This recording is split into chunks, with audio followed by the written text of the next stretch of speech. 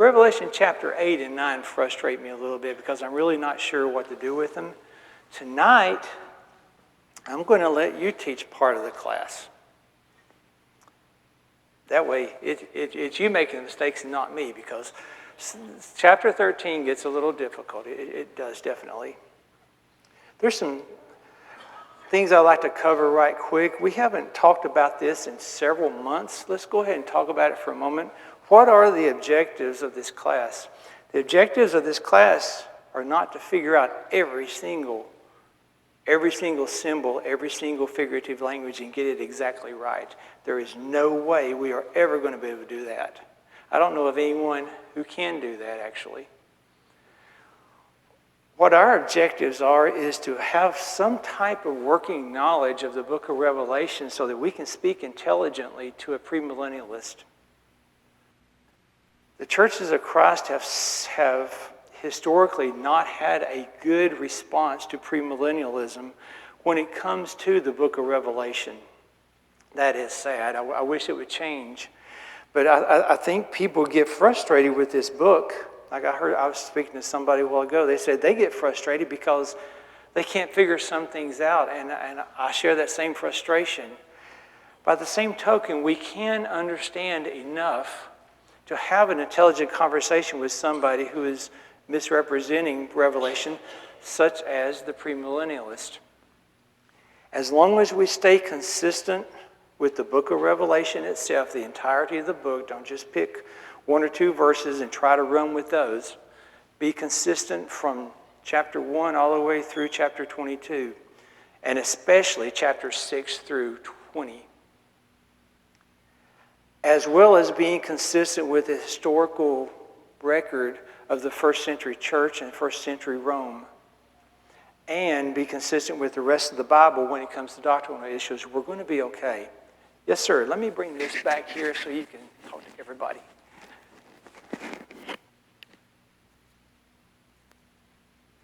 Was the book ever challenged either by the early fathers or later those who were putting together, compiling the Bible? Actually, yes. The reason this class takes 55 weeks is because there's lots of historical information like the question you just asked. Yes, it was challenged at first. I don't want to say it was the last book that went in, but it seems like I read somewhere where it was one of the last books that was accepted. Originally in the 1st and 2nd century, I'm not sure it was accepted that broadly. But yes, it had its challenges. Yes, absolutely did. I don't remember where I read this. I don't remember the link. I've got a bunch of links on my computer of all the places I've been. I don't remember where it was, but we talked about the historical writings of Prochorus before. Prochorus was the secretary, basically, the secretary to Apostle John. And he actually went to Patmos, according to his writings. He went to Patmos with John and wrote down a lot of history. The 1st century did not have a problem with Prochorus' writings. The 2nd century church did not have a problem with it. The 3rd century didn't, but the 4th century did. So if the first 3 centuries did not have a problem with Prochorus' historical writings, but the 4th century did, does that mean we need to toss out the writings of Prochorus? I don't know. I'm basing some of the things I say about Revelation assuming Prochorus was accurate. But see, there's history like that just all the way through the first several centuries concerning the book of Revelation and concerning historical writings about Revelation that caused some stir, caused some debates, probably caused some fights. And Revelation going into the canon of the Bible was one of the big discussions that was had in the early centuries. Yes, sure was. We're not trying to find every answer perfectly. Matter of fact, tonight's lesson, I'm going to let you teach part of it because I'm not sure I know the answer. So I'll let you come up with the answer instead. Our goal is not to come up with every single answer perfect. Our goal is to come up with feasible alternatives to what premillennialism is saying. And we base our feasibilities on history, on the Bible, and on the context of Revelation. Can you go to heaven? Can you go to heaven without knowing Revelation? Yes, absolutely. Absolutely you can. But the point of studying Revelation is hopefully we can take some premillennialists with us.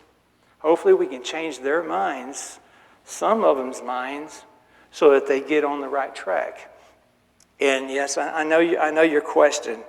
Your question is, hey, Bruce, have you ever convinced a premillennialist to change their minds? And the answer is yes.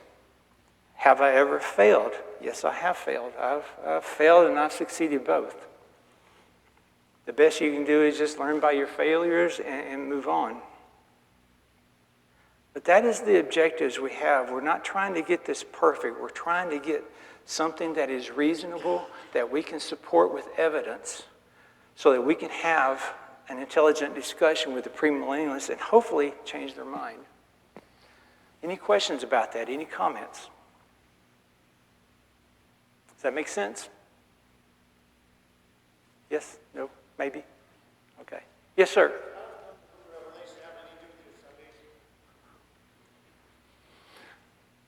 You can't go to the book of Revelation and learn how to be saved. This is a letter written to Christians who are already in a saved state, and the message is, regardless what happens to you, don't give up your faith. It's a book of encouragement more than it is a book of conversion. Oh, okay. Okay. Yes, sir.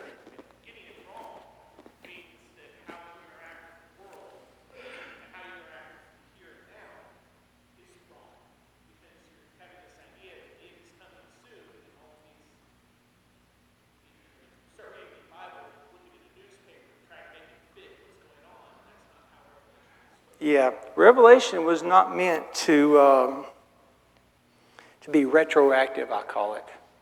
Remember I told you that premillennialists require disasters to happen? If disasters do not happen, then they have no way of pointing to something and say, see, the end is near. And that's... There's never been a lack of disasters and wars. Dating back to the early 1800s. I mean, there's been diseases, there's been famines, there's been problems. And since the early 1900s, premillennialists have been pointing to those saying, see, Revelation says the end is coming near. And what's interesting, we're going to find out, I guess, next week when we start talking about 666. Every generation has its own beast. Every generation has its own end of times sign. And that's what's interesting is 2 generations from now, what we're saying the end of time is now, they're going to reinterpret it as something else. Are you familiar with the author Richard Rogers? No. Okay. He wrote a workbook on Revelation. He titled it Hallelujah Anyways. So I guess I know why now. No, I'm not familiar with him. I don't... It may be a flaw of mine, but I do not spend a lot of time reading commentaries or individuals. There was a teacher that was at Lipscomb when my wife and I were there. And apparently he wrote a book on Revelation. And somebody I talked to, I don't know, a few years ago said, you know what? He sounds just like you, or you sound just like him. And I said, that's comforting to know. That's good to know, but I still have not read his book. I'm not a big Revelation book reader. I like to go into the history side of it, because if I get too bogged down in textbooks, I'm going to end up following somebody's doctrine as opposed to what history is saying. I want my thoughts to be backed up with history and not a commentary. Now, I'll sometimes go to commentary just to get an idea of what the flavor of the month is, but I usually stay away from books like that. Not to say they're bad. It's just that's just that's just been my tendency. Any more comments before we keep going? Okay. Before Mark reads our text, I would like to go over these phrases right quick. In chapters 2 and 3, you see 1, 2, 3, 4, 5, 6, 7 times you see this phrase. He who has an ear, let him hear what the Spirit say to the churches. Revelation chapter 13 and chapter 17 is just a little bit different. In chapters 2 and 3, it's basically saying, if you have the ability to understand what's being told to you, you better listen up because you're going to be held accountable for it. That's where in chapters 2 and 3, these churches are being complimented, but they're also being criticized and gotten on to for some of the things they're doing wrong. When you get to chapter 13 and 17, these phrases change just a little bit. In chapter 13, if any man have an ear, let him hear, or here's the wisdom. Or in chapter 17, here is the mind that has wisdom. When you see these three phrases, that means there is a clue coming to something. It is a clue that requires a little bit of insight, a little bit of inside information to actually understand what they're talking about. And as we go through chapter 13 and when we finally get to 17, you'll see what I'm talking about. But be on the lookout for these phrases because they're an attention getter, basically. And they're also telling you there's a big clue coming up. Okay, Mr. Mark Bailey, will you please read chapter 13, please?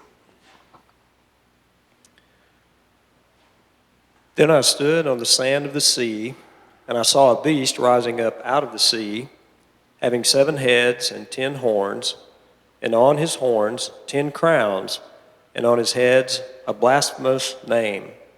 Now the beast which I saw was like a leopard.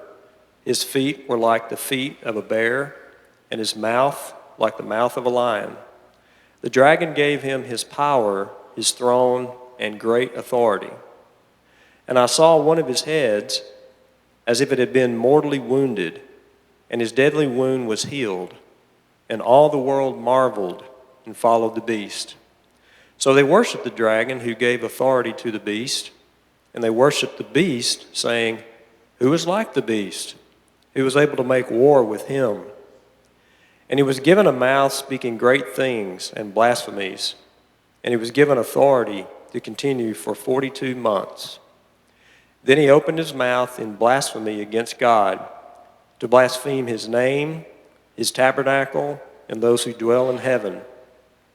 It was granted to him to make war with the saints and to overcome them, and authority was given him over every tribe, tongue, and nation. All who dwell on the earth will worship him, whose names have not been written in the book of life of the Lamb, slain from the foundation of the world. If anyone has an ear, let him hear. He who leads into captivity shall go into captivity. He who kills with the sword must be killed with the sword. Here's the patience and the faith of the saints. Then I saw another beast coming up out of the earth, and he had 2 horns like a lamb and spoke like a dragon. And he exercises all the authority of the first beast in his presence, and causes the earth and those who dwell in it to worship the first beast, whose deadly wound was healed. He performs great signs, so that he even makes fire come down from heaven on the earth in the sight of men. And he deceives those who dwell on the earth by those signs which he granted to do in the sight of the beast, telling those who dwell on the earth to make an image to the beast who was wounded by the sword and lived. He was granted power to give breath to the image of the beast, that the image of the beast should both speak and cause as many as would not worship the image of the beast to be killed. He causes all, both small and great, rich and poor, free and slave, to receive a mark on their right hand or on their foreheads. and that no one may buy or sell except one who has the mark or the name of the beast or the number of his name. Here is wisdom. Let him who has understanding calculate the number of the beast, for it is the number of a man. His number is 666. Thank you. Hey, sound booth, can you cut out these first 3 LEDs, please?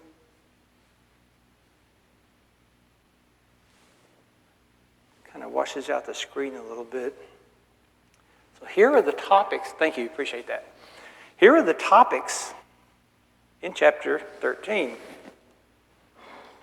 We have beast number 1, beast number 2, the speaking idol, and I'm hoping we can get through captivity and the sword tonight, and then start with 666, the mark of the beast, next week, and discuss the Antichrist. And yes, that is indeed a credit card. Sometimes you have to just start reading premillennialism to see what premillennialism is saying now. According to premillennialists, chapter 13 prophesies that the United States is going to become a cashless society soon. So we'll be talking about that next week just ever so briefly. How do you counter something like that? What would the 7 churches of Asia care about America becoming a cashless society in 2023? Don't know. We'll discuss that next week on how you counter things like that. Beast number 1, beast number 2, and the image, which is also called the speaking idol. The speaking image, the speaking idol. Let's figure out what all 3 of these represent, shall we? Okay, beast number 1.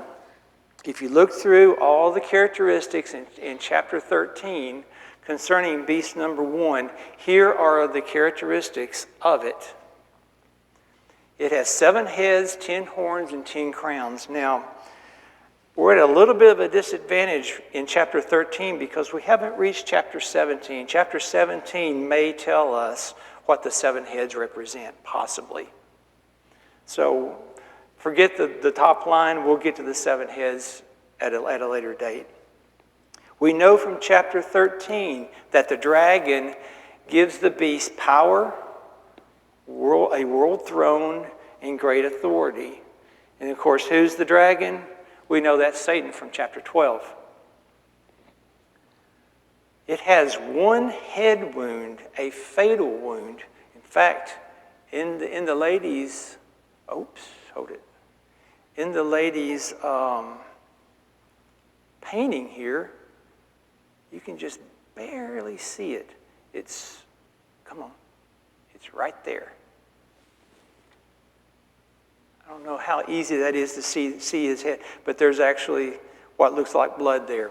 He has a fatal head wound that has healed. This beast amazes the world. The world worships this beast. The world says no one is as powerful as this beast. Who can make war against the beast? This beast blasphemes God. This beast makes war against God's people. In fact, it overcomes God's people. And even more than that, it overcomes the world. It dominates the world. Evil worships this beast. I believe the phrase was, those whose name is not written in the book of life worship this beast. This beast's number is the number of a man, and that number is 666. Now, is that enough clues? I don't know. Is that enough clues for us to figure out who this beast might represent? We may not get it right, but at least we can come up with something that is based upon fact, that we can counter a premillennialist claim concerning this beast. Yes, sir? I know y'all have heard this or not, but when Mr. Heath shot Reagan, there's an excuse, not reason why he shot Reagan, because his name is 666 letters. Oh, really? What was the guy's name? Hinckley? Okay.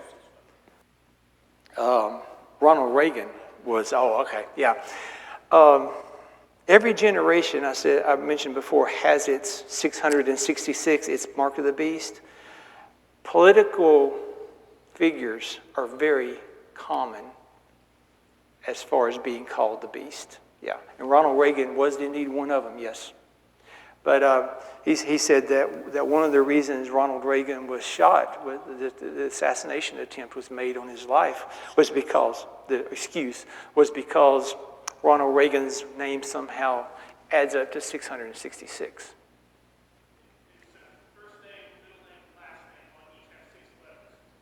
Oh, is that it? Okay. First name, middle name, last name all have 6 letters. Okay. His home address was originally 666. Okay. Boy, the guy can't catch a break, can he? Okay.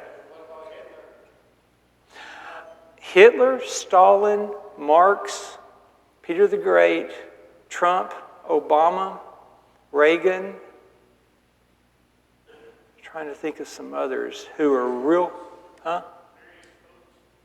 Yes, I forgot about that. Various popes. There's actually I've never actually seen the list of popes that supposedly add up to 666, but I have heard that it was some of the first ones whose name added up to it. Did you know? Well, we won't get into it. We'll get into that later. There are some crazy 666 or 666 stories. Yeah, definitely.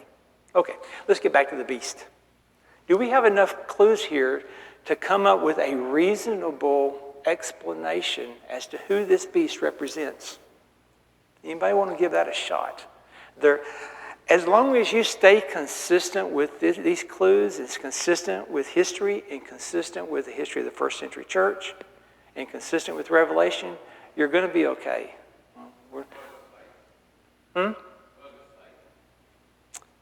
No, in this case, Satan is the dragon. The very first times that I actually went through this years ago, I would always come up with Satan, but I had to remind myself, no, Satan's the dragon. The dragon is giving the beast its power. So no, it's not Satan. But yeah, I've done that too several times. Okay, what else? Roman emperors. Somebody's been reading my charts. I agree with both of you.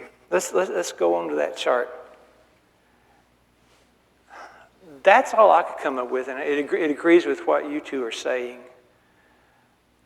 I first had Nero on there. It turns out that Nero's, using gematria, Nero's Hebrew spelling of his name adds up to 666.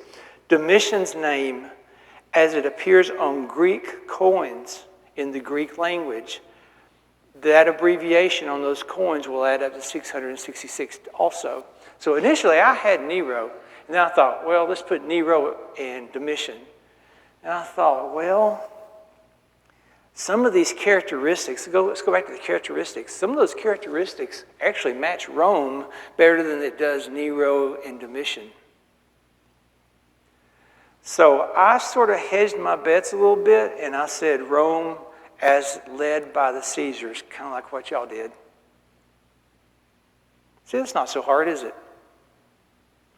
You ready for beast number 2? All right, let's go to beast number 2. Oh, by the way, let's talk about that. You can't see that heel. Let's talk about that that fatal wound on the head. What could that possibly be? Premillennialists are going to come up with something, okay? Bless their hearts. They're going to come up with something that head wound. What would be a good rebuttal? What could that head wound possibly be? The only thing I can think that it could possibly be, since the beast represents probably Rome as it's led by the Caesars, could be the Caesars themselves. Have you read the history, starting from Augustus and going through Domitian? How these people came into power? They came into power by murdering the guy before them.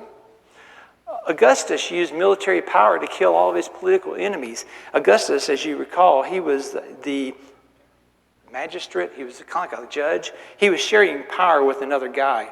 Well, he had some military authority, so he used that military authority to kill all of his enemies. And so he became Caesar. Tiberius was allegedly murdered by Caligula. Caligula was murdered by his Praetorian Guard. That's the bodyguards for the Caesars. And the senators, they all got together and collaborated and apparently killed him. Claudius, the next guy, was poisoned by his wife. Yowie. And probably in favor of her son Nero. Now, they're not positive. History can't prove it, but they think that's actually what happened. Nero, of course, committed suicide. Galba was murdered by his guard in a coup that they believe was led by the next guy, Otho. Is that how you pronounce his name? Otho committed suicide. Vespasian had two sons named Titus and Domitian. Vespasian died of dysentery. I can't pronounce that name. Titus took over. Titus died under suspicious circumstances. They think he was poisoned, and they think it was Domitian who did it. And the reason they think Domitian did it is because Titus promised Domitian that he would have military authority under his administration, just like under his father's. And then when Titus got into office, he said, no, not going to do it. And Domitian got mad. Domitian was a madman himself. History calls him madman, quote unquote. He was killed with an assassination conspiracy between the court officials and the guy who took his place, Nerva. And then, of course, Nerva, and then Trajan, and then Hadrian all died of natural causes. But that's bloody. You would think that if Nero killed himself and someone else took over, okay, the persecution is over, but it wasn't. Not only was it not over, it was actually going to get worse once Domitian came along 2 or 3 years later. But all these Caesars, they were not stopping the persecution of the church. And you would think if one of them died, well, maybe we'll get a good one in and the persecution went in. Well, no, it didn't. It kept on going all the way through Nerva. I don't know of any other explanation for the fatal head wound that it healed, because you would think Caesar's killing Caesars would eventually solve the problems for the Christians, but it didn't. It did not at all. Is that the definition? Is that an explanation of what the head wound is, the fatal head wound? I don't know. It's the only thing that would make sense to me. I can't prove it, though.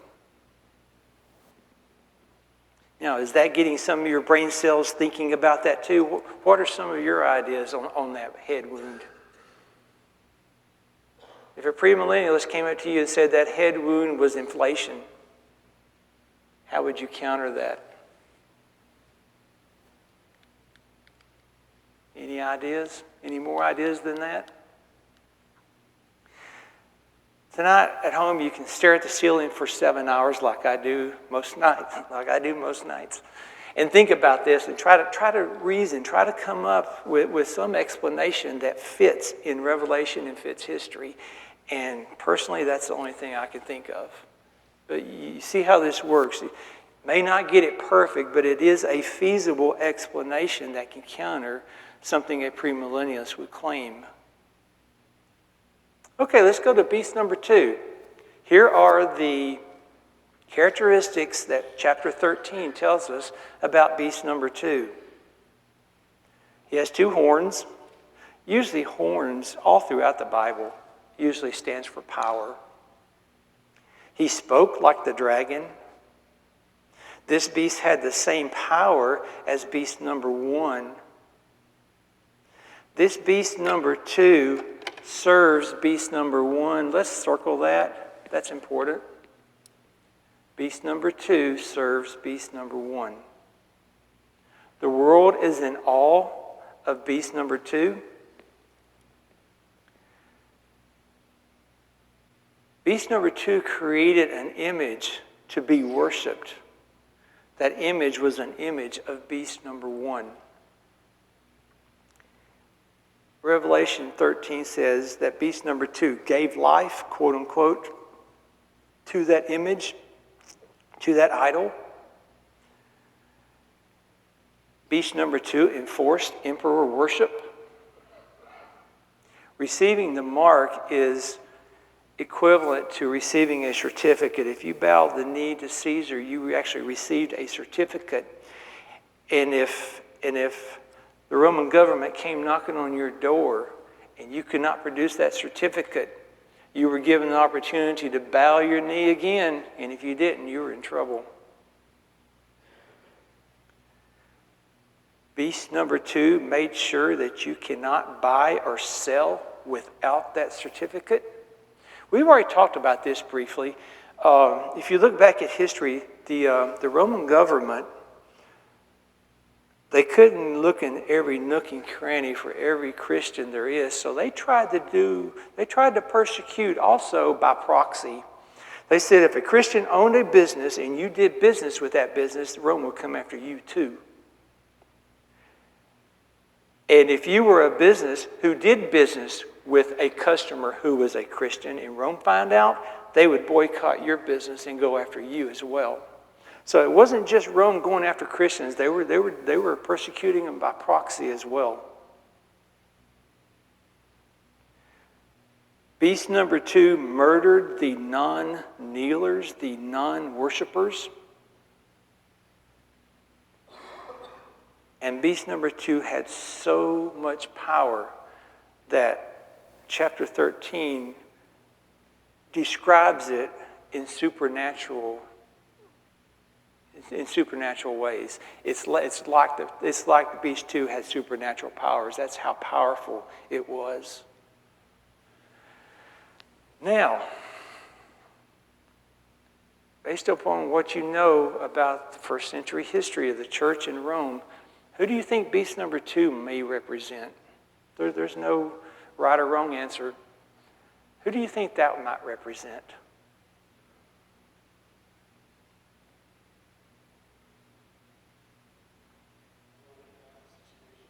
Hmm? One world of money. Last week they turned off my bank card. This week I went shopping. Like, there's a little thing on your bank card. So you don't even have to put it in the machine. It just has to get near it. And it rings you up and it takes your money. Okay. So that's like the mark of the beast. Beast number 2 enforces the economic side of this. Absolutely, yes. So who would beast number 2 be in the Roman? Yes, sir. Would that be like the legislative arm of Rome, basically? It could be, yeah. It could be the legislative arm. In the Roman world, the Senate had power, but the Caesar had more power.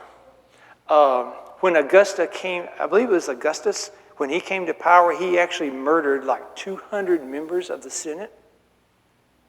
Did I read that correctly? I'm saying that from memory from several months ago. I know one of the Caesars, I believe it was Augustus, he killed a large number of Senate. So it could be them. They did have power. They did have power to do things like that. Could be. Who else might it be? Huh? You're close. Okay, now beast 1, we've already included the Caesars, okay? Oh, I see what you're saying. It could be the regional leaders. I hadn't thought of that, actually. I'll have to reconsider that, yeah? It could be. But even with the middle management, how are they going to enforce it? There you go. That's what I was thinking.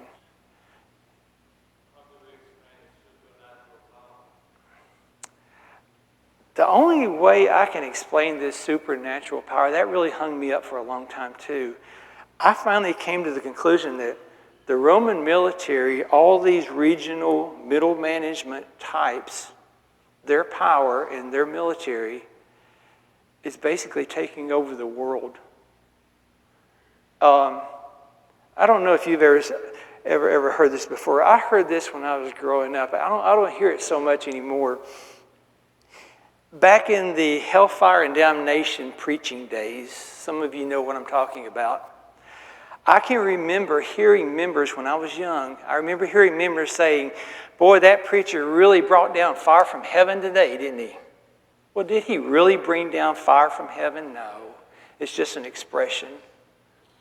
And I suspect that's a similar figurative language probably being used here. Because we know there was only one person who could do miracles, and that was Jesus, and then whatever the Holy Spirit allowed other people to do. So at this time, was the Roman establishment, were they actually able to perform miracles? Probably not. As a matter of fact, I would dare say no. So I suspect this supernatural power business, I suspect it's just figurative language. Because you look at this, you look at the Roman military, you look at these middle managements coming at you, and you're going to think they have supernatural powers just because they are so powerful. They pretty much took over the world, the known world at that time.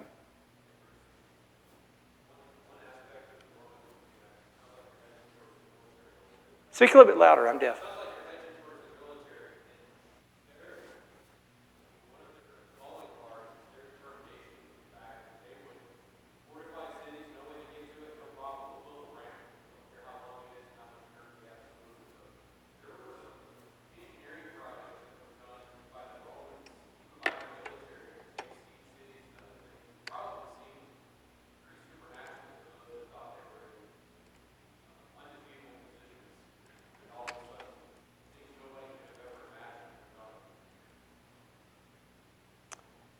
And that's probably, yeah, you explained that better than I did. That's probably where this figurative language is coming from.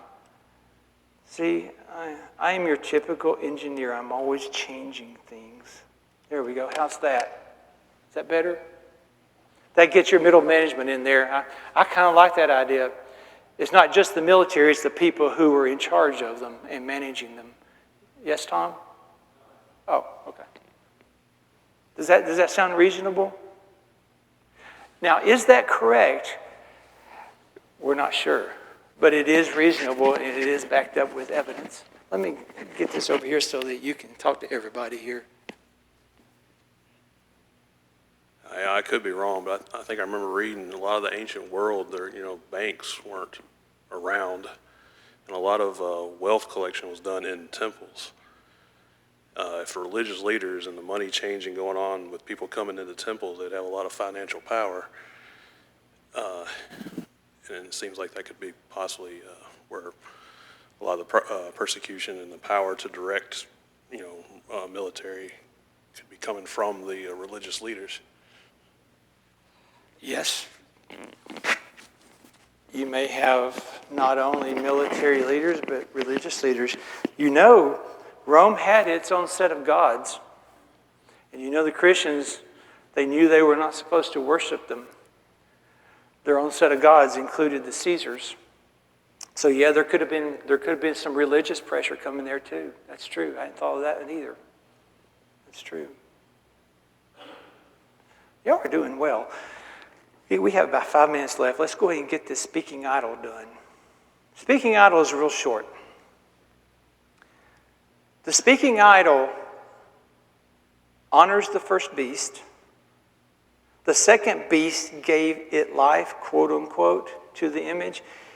He basically enforced it.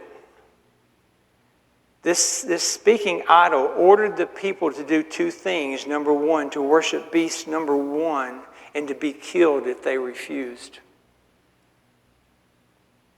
Who might this speaking idol be?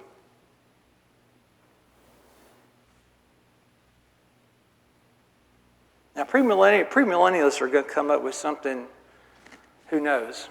Who knows what they're going to call the speaking idol? What would you say to counter what a premillennialist would say about this speaking image? He honors the first beast. We know the second beast gives him life, gives him authority. He basically enforces it. This speaking idol orders the people to worship beast number 1 and to be killed if they refuse to. What are your ideas on that one?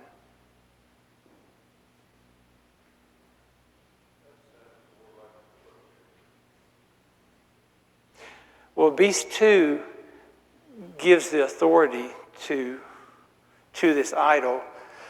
What I would say to that is that beast 1 we know is going to be Rome and the Caesars. Beast number 2 would be the military because they had the power to kill people. This has the authority to order people to be killed. There's a slight difference there, ever so slight. And once I'm telling you what I'm thinking, then you'll understand that little difference there. This is a little tougher. What does it sound like that might be?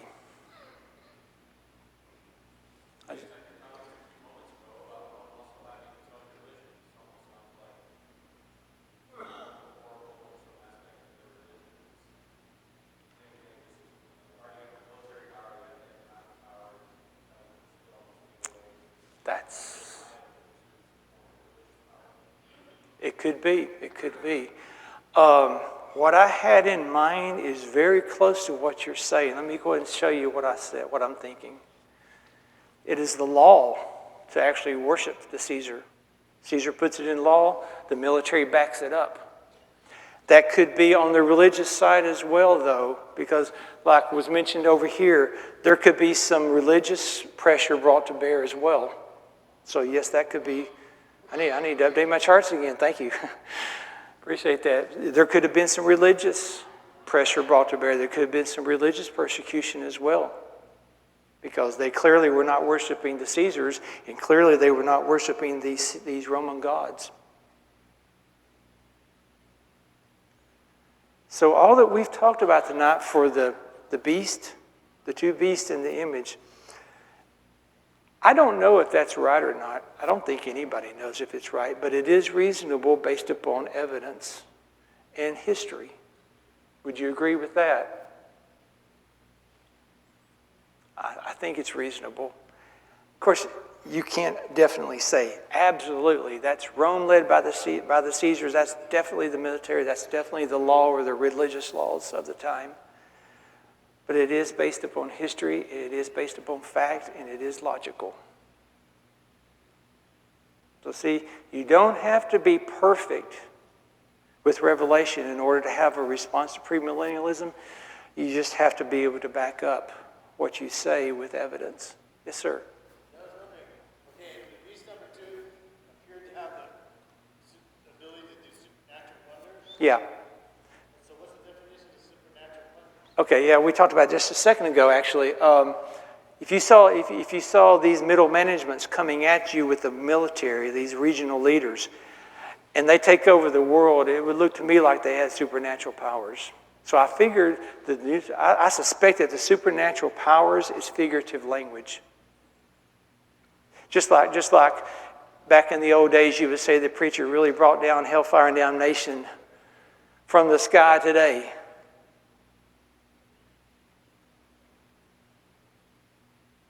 Any more comments on that?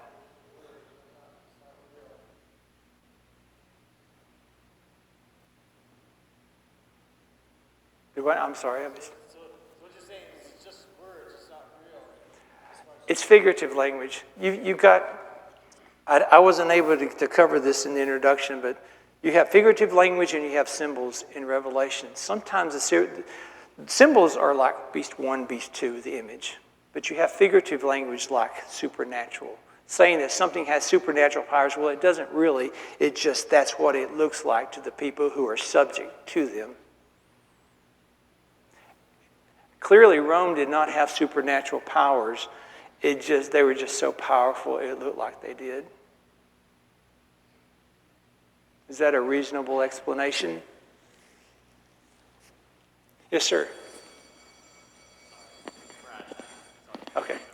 Next week, you'll be the first talker, okay? Okay, well, thank you for your attention, and that is all.